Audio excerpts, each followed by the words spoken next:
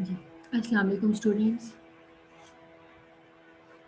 आज हम देखेंगे कि स्ट्रक्चर डिज़ाइन क्या होते हैं। हम हमने प्रीवियस भी देख लिया होगा ना, लेकिन आज थोड़ा-सा अपनी डीएफटी को एनहांस करेंगे कि फ़र्दर इसको जब हम स्ट्रक्चर चार्ट बनाते हैं तो इसको किस फॉर्म में जो है वो एनालिसिस इसका आप करते हैं।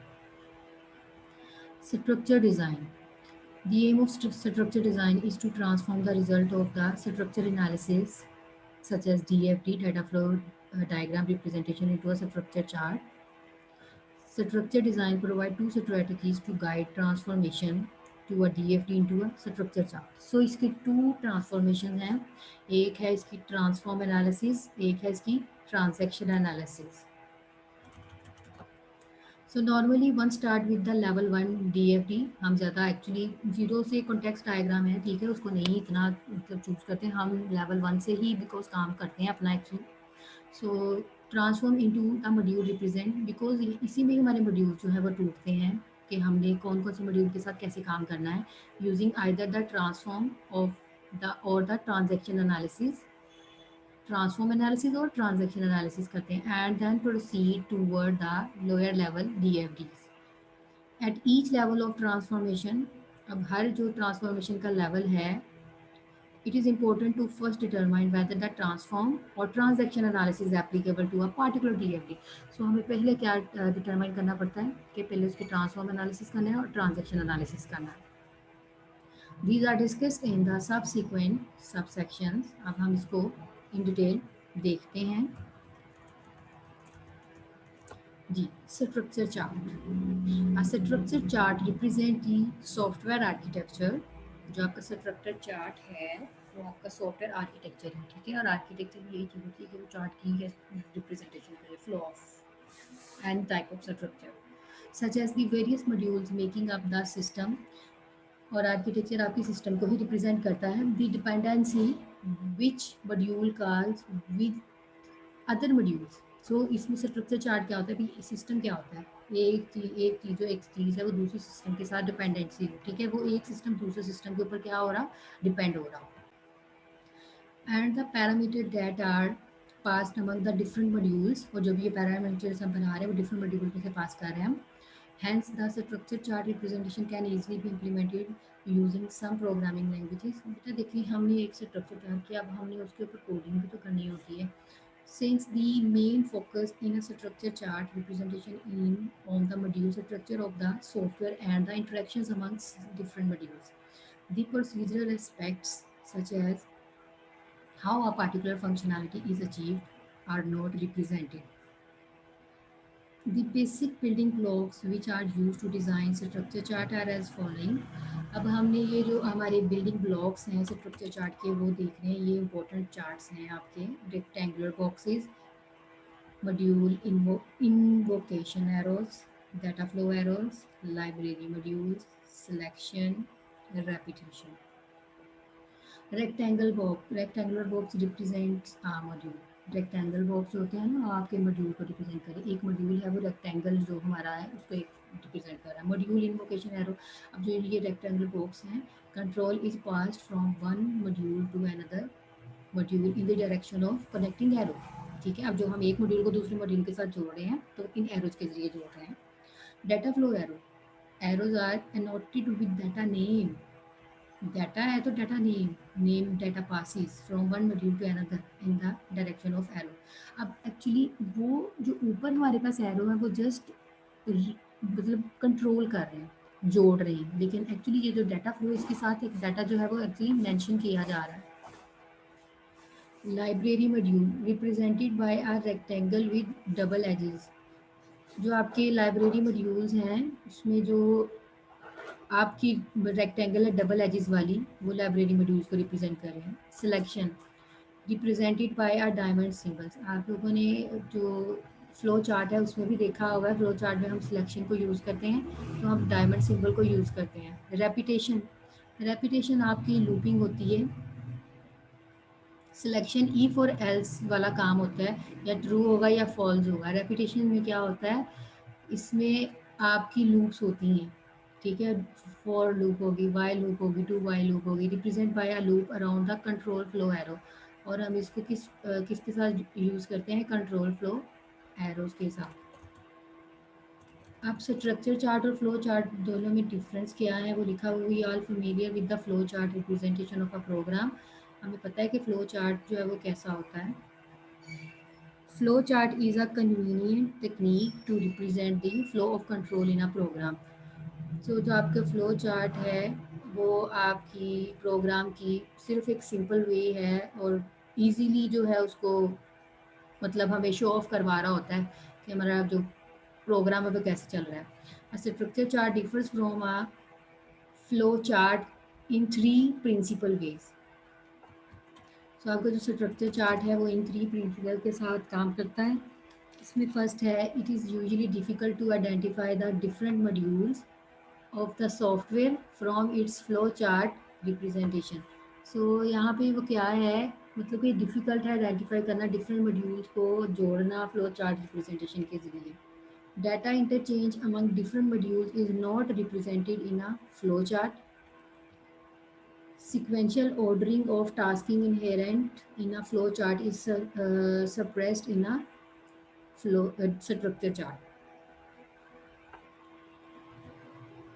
सो ये फ्लो चार्ट का इन्हांस वर्जन है। सो इसमें हमें ये चीज़ें जो है वो फॉलो करनी पड़ेंगी। ट्रांसफॉर्म एनालिसिस,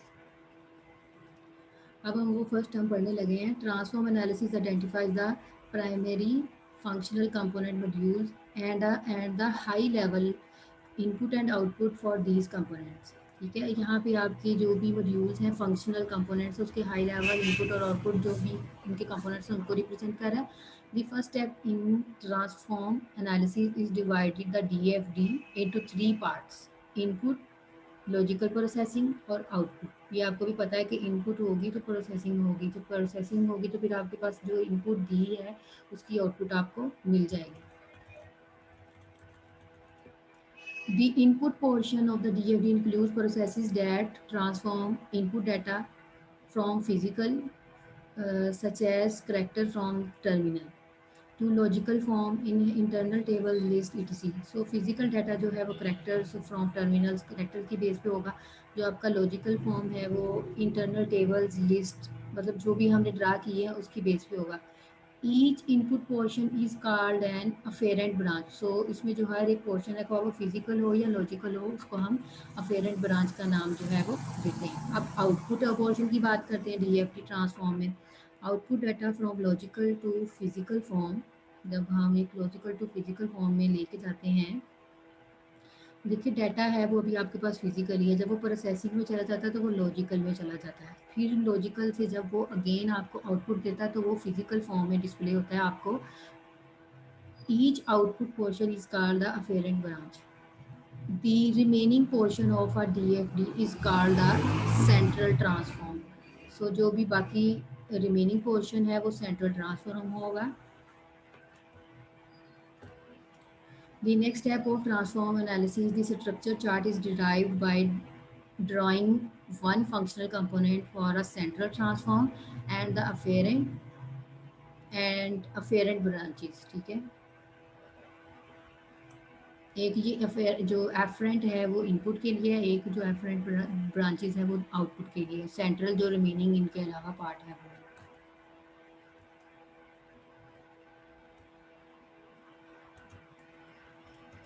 सो यहाँ पे एक एग्जांपल है structure chart for the RMS, जो हमने पीछे भी एग्जांपल की थी,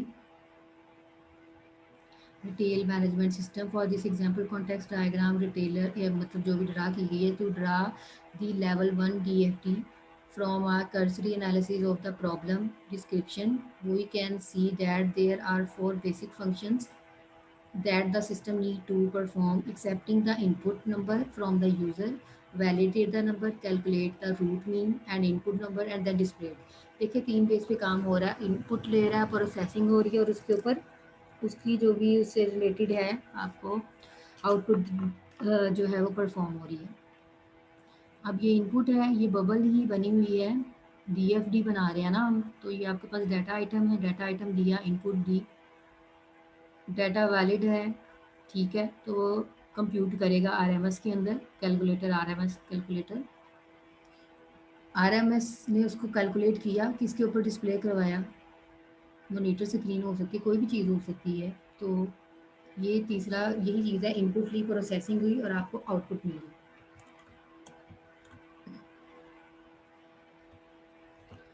bye observing level 1 DFT, we identify the validate input and the afferent branch and write output as the afferent branch. Input भी किया और फिर उसको जो write किया फिर उसको एज a output हमें display करवा दिया।